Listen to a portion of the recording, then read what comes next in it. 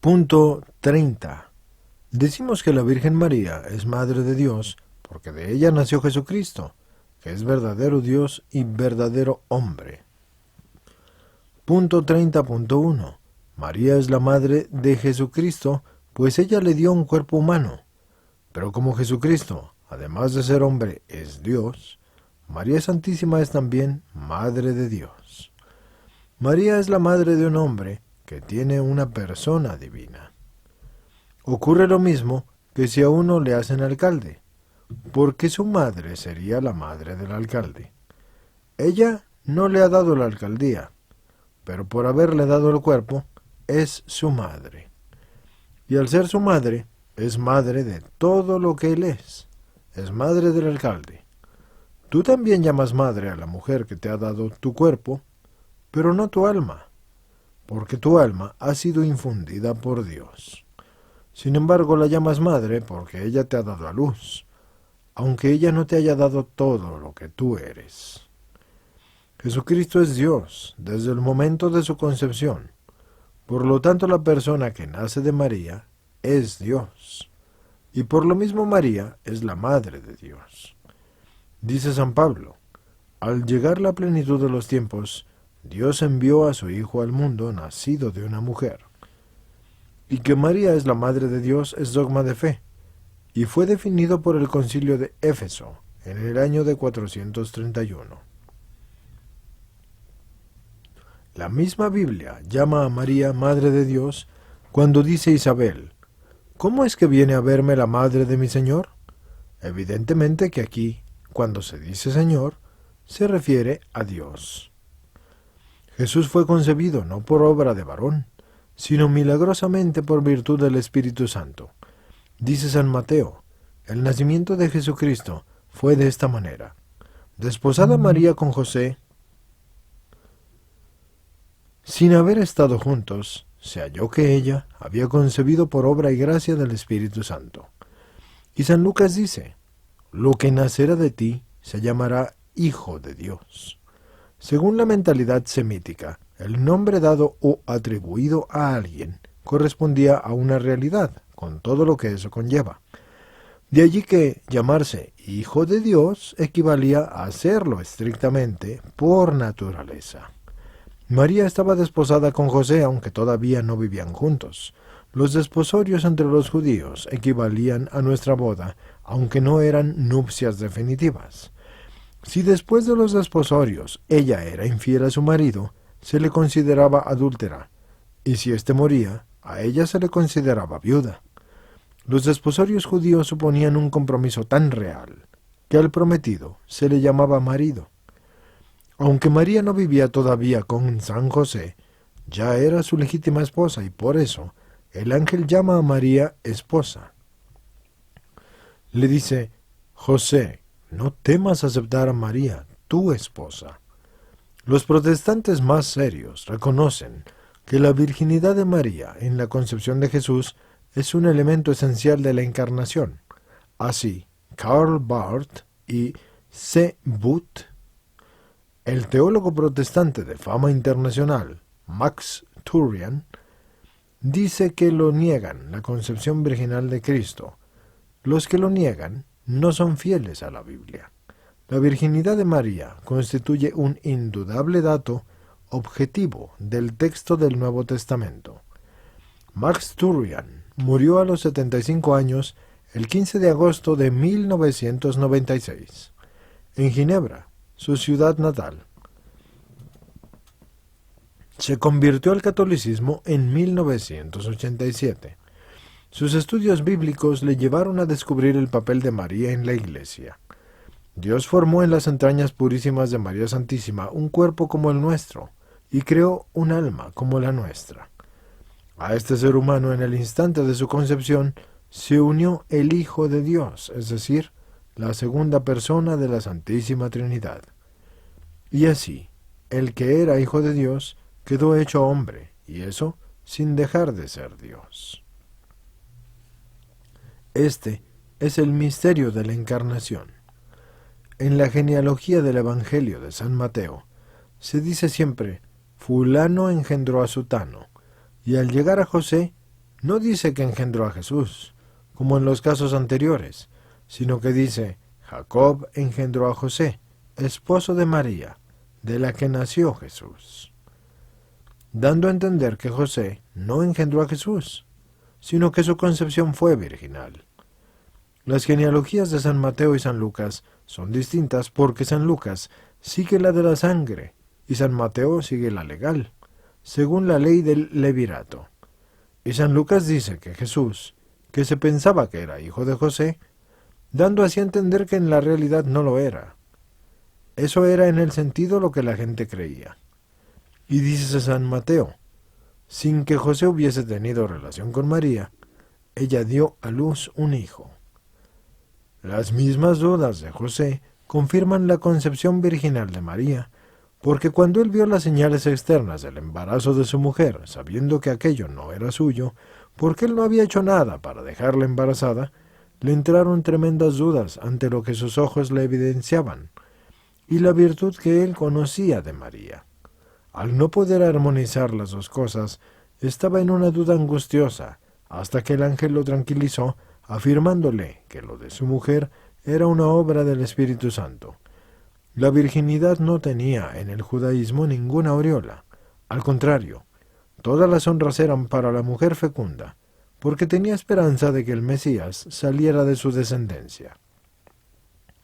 Punto 30.2. La Virgen María tuvo un solo hijo, que fue Jesucristo. Cuando el Evangelio habla de los hermanos de Jesús, se refiere a los primos, a los hermanos, a los parientes, que entre los judíos se llamaban hermanos. En hebreo no había una palabra para decir primo. La palabra hermano abarcaba a varios grados de parentesco. Se llamaban hermanos a parientes y allegados. El mismo San Juan llamaba hermana de María, la madre de Jesús, a María, la mujer de Cleofás, y dos hermanas no se van a llamar igual. Cleofás era el hermano de San José, según el testimonio del obispo palestino Gegesipo del siglo II. Es decir, que propiamente esas dos Marías eran cuñadas. Pero San Juan las llamaba hermanas y les llama hermanas, porque para él los hermanos son los parientes en general. Por otra parte, el Evangelio dice que Santiago es hermano de Jesús, y ninguno de los dos Santiagos del que habla el Evangelio es hijo de José. Uno es hijo del Zebedeo y el otro es hijo de Alfeo. Ninguno de estos Santiagos es hijo de José y María. El Evangelio nunca habla de los hijos de María, sino que siempre habla de los hermanos de Jesús, es decir, de sus parientes. Los testigos de Jehová, para hacer creer a la gente que María Santísima no fue virgen, sino que tuvo muchos hijos, enseñan el texto del Evangelio donde dice que Santiago y José eran hermanos de Jesús. Pero aquí, como en otros muchos de sus engaños, presentan el texto que puede complicar y también ocultan el texto que puede aclarar. Efectivamente, el mismo Santo Evangelio dice que al pie de la cruz estaba la madre de Jesús, y junto a ella la madre de Santiago y José. Era la mujer de Cleofás, hermano de San José. Cleofás es el mismo nombre en griego que Alfeo en arameo. Son los dos nombres que se le daban al hermano mayor de José, esposo de la Virgen. Era el padre de Santiago el menor, y José estaba casado con la otra María, que estaba al pie de la cruz junto a la Virgen. Se casó con ella después de enviudar de su primer matrimonio, del que nacieron Simón y Judas Tadeo. Luego la madre de Santiago y José es distinta de la madre de Jesús. Entonces, ¿por qué dice el Evangelio que Santiago y José eran hermanos de Jesús? Lo dice porque eran parientes, y estos, entre los hebreos, se llamaban hermanos. Efectivamente, sabemos por la Biblia que Abraham era tío de Lot, porque Lot era hijo de Harán, hermano de Abraham. Y sin embargo Lot y Abraham se llamaban entre sí hermanos 5 veces. En otro sitio dice que Labán era tío de Jacob, y después dice que Labán llama hermano a Jacob. A Rebeca, su madre, la llama hermana, y en el Cantar de los Cantares se llama hermana a la esposa. La Biblia llama hermanos a los de la misma raza. David reunió a sus 120 hermanos. Evidentemente no todos tuvieron la misma madre. También San Pedro reunió en una ocasión 120 hermanos, y tampoco serían todos de la misma madre. El mismo Jesús llamó hermanos a los discípulos, y a todos los que él hiciera la voluntad del Padre. Si la Virgen María hubiese tenido otros hijos, Jesús en la cruz no se la hubiese encargado a Juan, sino a sus otros hijos. Es evidente que María no tuvo otros hijos que velaran por ella, es decir, que María Santísima tuvo un solo hijo, Jesús, el Hijo de Dios. Cuando el Evangelio lo llama primogénito, afirma que es el primer hijo, pero eso no significa, según el modo de hablar de entonces, que siguieran otros hijos después del llamado primogénito, sino que significa que no precedido de otro. Prescinde, pues, de la existencia de otros posteriores. Hace poco se ha descubierto una inscripción sepulcral de una madre joven hebrea que murió al dar a luz a su hijo primogénito, es decir, a su hijo primogénito no lo siguieron otros. Se trata de un epitafio de una mujer llamada Arsione, descubierto en la necrópolis judía de Tel el Judie. Este lleva fecha del 28 de enero del año 5 a.C. y dice así: los dolores del parto de mi hijo primogénito me condujeron a la muerte.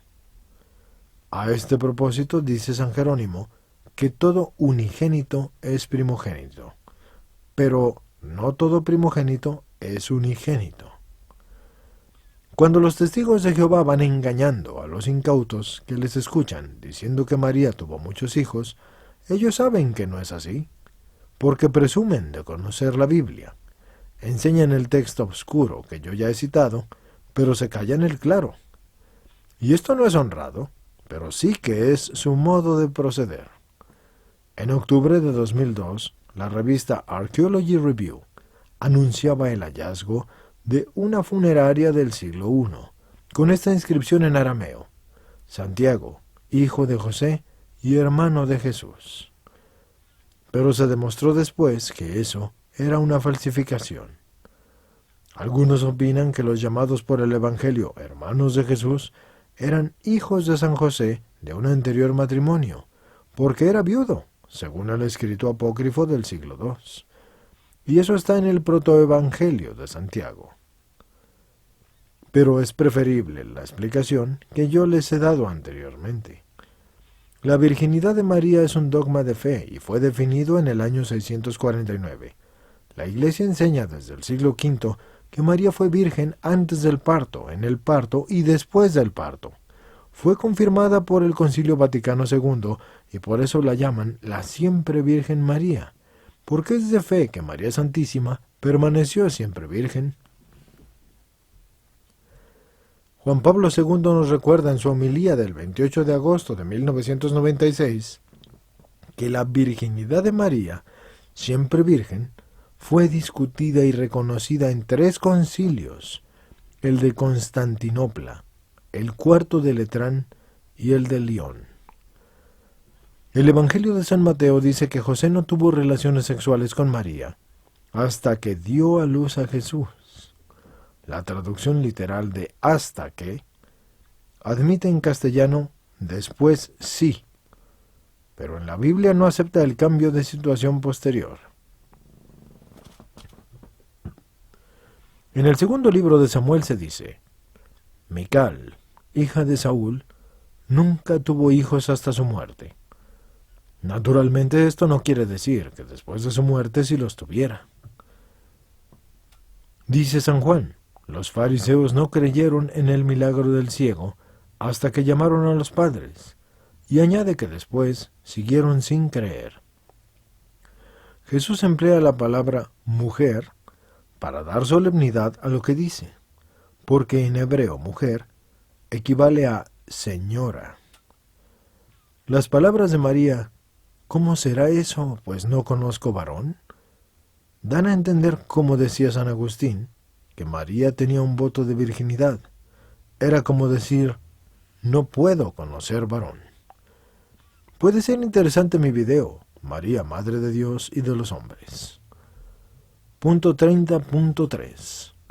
La Santísima Virgen es nuestra Madre del cielo. María es nuestra Madre, pues es Madre de Jesucristo, que es la cabeza del cuerpo místico de Cristo. De nuevo, señores, María es nuestra Madre, pues es Madre de Jesucristo, que es cabeza del cuerpo místico de Cristo.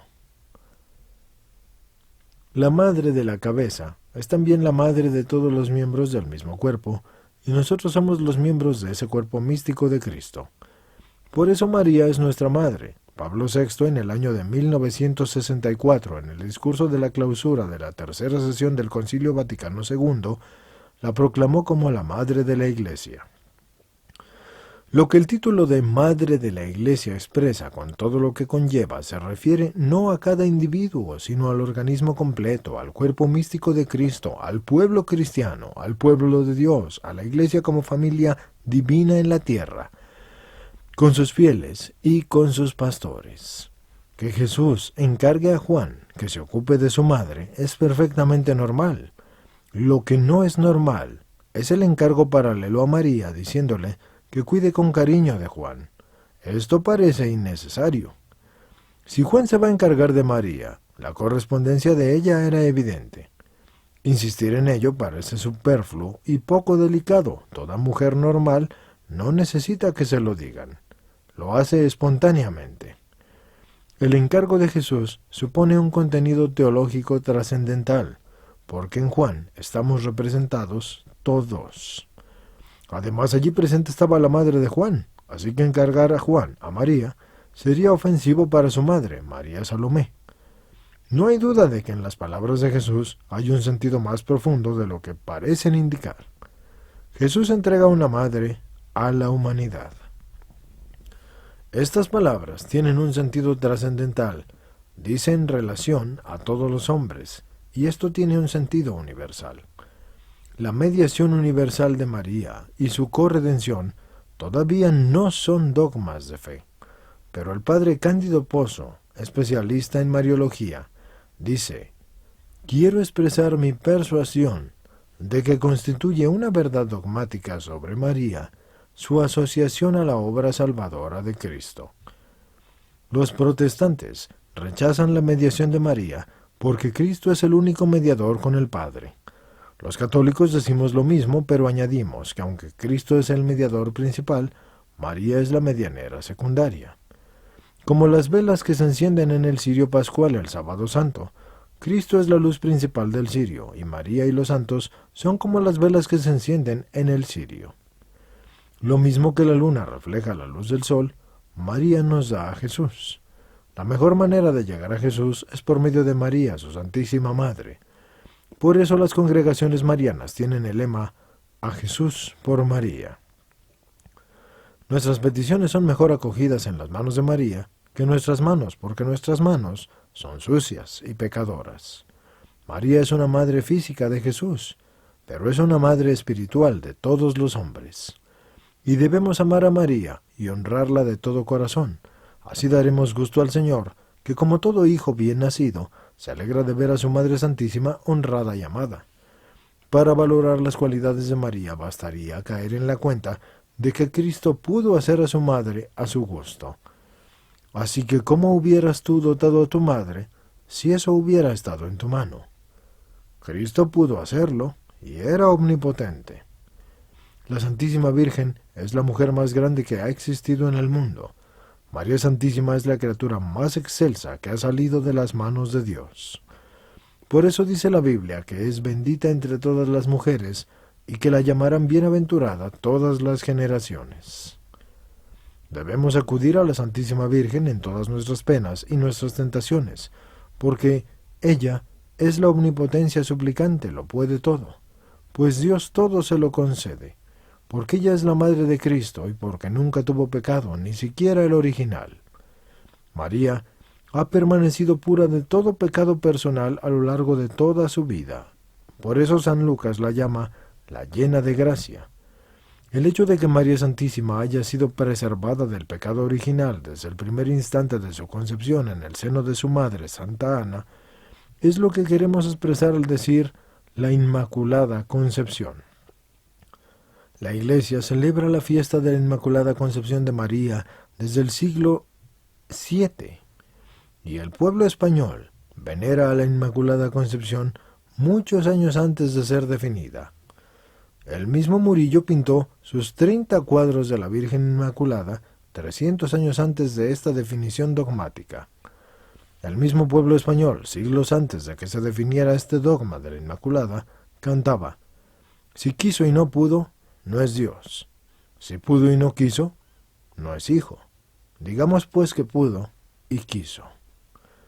Y Escoto, con estilo conciso, dijo: potuit, dequit, ergo fecit. Pudo hacerlo, convino hacerlo, y luego lo hizo. El dogma de la Concepción Inmaculada de María fue definido el 8 de diciembre de 1854 por el Papa Pío IX. El crecimiento de María, que partió ya de una santidad superior a la de toda otra simple criatura y que no sufrió interrupción, alcanzó al final de su vida terrena un ritmo asombroso y una cumbre altísima. Opinan los teólogos que María en su primer instante tuvo más gracia que cualquier santo al final de su vida, y que esta gracia se fue multiplicando en cada acto suyo como si en un tablero de ajedrez se va doblando el grano que se puso en el primer cuadro. Al final son 9 billones de toneladas. La redención de María fue preventiva en atención a que iba a ser la Madre de Dios, y lo mismo que hay medicinas curativas y otras preventivas que evitan así contraer la enfermedad. La redención de María fue preventiva porque la preservó Dios de todo pecado. Dios pudo haber hecho que Jesucristo apareciera en el mundo en edad adulta, pero no quiso. Se lo entregó a María, lo puso en sus manos. Dios quiso servirse de ella en la encarnación y en la redención y en la salvación de todos los hombres. Cristo nos lleva al Padre, porque nadie va al Padre si no es por mí. Cristo es el mediador con el Padre, y así lo dice San Pablo en su carta a Timoteo. Cristo es mediador por esencia, pero como dijo el Papa Juan Pablo II en su tradicional audiencia de los miércoles, el 1 de octubre de 1997, las palabras de Pablo excluyen toda mediación paralela, no una mediación subordinada, como es la de María. Cristo es mediador principal, porque nos ha redimido por sus propios méritos, sin dependencia de otra persona, y María es el camino para llegar a Cristo. En Belén lo presentó a pastores y reyes, en Caná es intercesora, al pie de la cruz es corredentora, y en el cenáculo ora por todos. María es la mediadora secundaria que está subordinada a Cristo. Es mediadora porque intercede por nosotros. Es la medianera universal, la omnipotencia suplicante, el acueducto por donde nos llegan todas las gracias. El Concilio Vaticano II dice de María que su múltiple intercesión nos obtiene los dones de la salvación eterna. Y es también corredentora porque cooperó a la redención de la humanidad, dando su sí en la encarnación y uniéndose plenamente a la obra de su Hijo. María nos acerca a Cristo, lo mismo que la luna nos refleja la luz del sol. Punto 30.4. En las iglesias suele haber muchas imágenes de la Virgen del Carmen, del Rosario, de los dolores, de las angustias, de los remedios, del socorro, de la consolación, de la misericordia, de la paz y todos sus etcéteras. Y es que María Santísima tiene muchos títulos y prerrogativas. Cada pueblo tiene su Virgen, su patrona, pero todas son imágenes o retratos de la única y verdadera Virgen María, que está en el cielo en cuerpo y alma. Esta elevación de María al cielo en cuerpo y alma se llama Asunción. La Asunción fue declarada como dogma de fe por el Papa Pío XII el 1 de noviembre de 1950 por la bula Munificengissimus Deux, con estas palabras: pronunciemos y declaremos y definimos que es un dogma revelado de fe católica que la Inmaculada Madre de Dios, la Siempre Virgen María, concluido el tiempo de su vida terrenal, fue llevada en cuerpo y alma a la celeste gloria. Ser llevada se dice en latín assumi, de donde procede ese término de asunción, que en significado pasivo para distinguirlo de ascensión, porque ascensión tiene un significado activo, y ese es un misterio de Jesucristo porque Él subió a los cielos por su propia virtud, mientras que María fue llevada. La asunción de María tiene dos significados. El uno es negativo, en cuanto a que supone que su cuerpo santísimo no sufrió la corrupción del sepulcro, y el otro es positivo, que significa la glorificación del mismo cuerpo, la cual, a su vez, supone la resurrección anticipada. La Iglesia profesó desde los primeros siglos la fe en la asunción de María Santísima, en cuerpo y alma, a los cielos. Esto lo podemos comprobar por la liturgia de la Iglesia desde el principio y por los documentos de los padres y los doctores de la Iglesia. La fiesta de la Asunción se celebraba ya el 15 de agosto por los años 500 después de Cristo. Punto 30.5.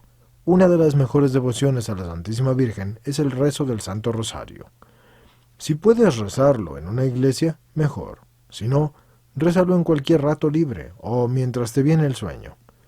Yo te aconsejo que hagas un esfuerzo por rezarlo, porque es un obsequio muy agradable a la Virgen, como ella misma lo ha dicho en Lourdes y en Fátima. Y mejor todavía si es que lo rezas en familia, porque esta es una práctica muy cristiana. Procura introducir en tu casa esa costumbre, y si no la tienes, pues une mucho a la familia. Al final de este libro, en los apéndices, tienes el modo de rezarlo. Rezado en una iglesia o en común, tiene indulgencia plenaria. Sí, si rezarlo entero te resulta largo, entonces reza un misterio cada día. A alguno le puede parecer que el rosario es monótono, porque repite el Ave María 50 veces. Pero el que ama repite, y lo repite con gusto. Los piropos los dice a la persona que ama. Tú, que esta amable devoción supones, monótona y cansada, y no la rezas, porque siempre repite iguales sones, tú no entiendes de amores y tristezas. Qué pobre se cansó de pedir dones, y qué enamorado de decir ternezas. El cristiano que tiene al rosario en la mano, y la Biblia en la otra mano, y a Cristo en su corazón, ese es un cristiano invencible. El rezar a la Virgen es una devoción muy bonita. María es la mujer más digna de amor que ha existido jamás. Es un amor que dignifica y engrandece. Su dulce recuerdo puede protegerte contra tentaciones que están en el extremo opuesto de la pureza. La primera parte del Ave María se ha sacado del Evangelio de San Lucas. La segunda parte la hizo el pueblo de Dios, allá por el año 431, con motivo del concilio de Éfeso, donde se ratificó el mayor título de grandeza de María, el de la Madre de Dios. Otra recomendable devoción a la Virgen es el Santo Escapulario. Fue una revelación a San Simón Stock, general de los Carmelitas, en el siglo XIII. La Virgen le prometió que el que muriera llevando el escapulario del Carmen no se condenaría. Este escapulario debe de ser impuesto por un sacerdote y hay que rezar diariamente 3 Aves Marías. El escapulario de tela puede ser sustituido por una medalla que lleve por un lado la imagen del corazón de Jesús y por el otro lado una imagen de la Virgen, porque así lo concedió el Papa. Punto 30.6. Tener devoción a María es una prenda de salvación. Todo el que reza diariamente en su honor las Aves Marías conseguirá una ayuda especial para tener una buena muerte, según la revelación de Dios a Santa Matilde, y como lo demuestra una larga experiencia. Recuerden pues los fieles que la verdadera devoción a María no consiste ni en un afecto estéril y transitorio, ni en una vana credulidad, sino que procede de la fe verdadera, por la que somos conducidos a conocer la excelencia de la Madre de Dios, y somos excitados a un amor filial hacia nuestra Madre, y a la imitación de sus virtudes, sobre todo su amor a Cristo, su fe firme en la Anunciación, y su fidelidad hasta la cruz. Los protestantes nos acusan a nosotros los católicos de que adoramos a la Virgen María, pero eso es una calumnia. Todos los católicos sabemos que la Virgen no es Dios, y la adoración es exclusiva de Dios. Nosotros no adoramos a la Virgen Santísima, sino que la honramos y la veneramos, porque ella es la Madre de Dios. Y por eso en el Ave María decimos, ruega por nosotros. En las letanías del Rosario, cuando nos dirigimos a Dios decimos, ten misericordia de nosotros. Y en cambio, cuando nos dirigimos a la Virgen María decimos, ruega por nosotros. Acudimos a María para que ella nos lleve a Dios. A Dios se le tributa un culto de latría. Latría significa adoración. A los santos, un culto de dulia. Dulia es veneración. El culto a María es de hiperdulia, porque ella está por encima de todos los santos. Dando culto a María cumplimos lo del Evangelio cuando dice, me llamarán bienaventurada todas las generaciones. Son de San Bernardo estas palabras sobre la Virgen. Siguiéndola, no te extravías. Implorándola, no pierdes la esperanza. Pensando en ella, no yerras. Si ella te sostiene, no caes. Si te protege, no tienes que temer. Si te guía, no te cansarás. Si te es propicia, llegas seguro al puerto.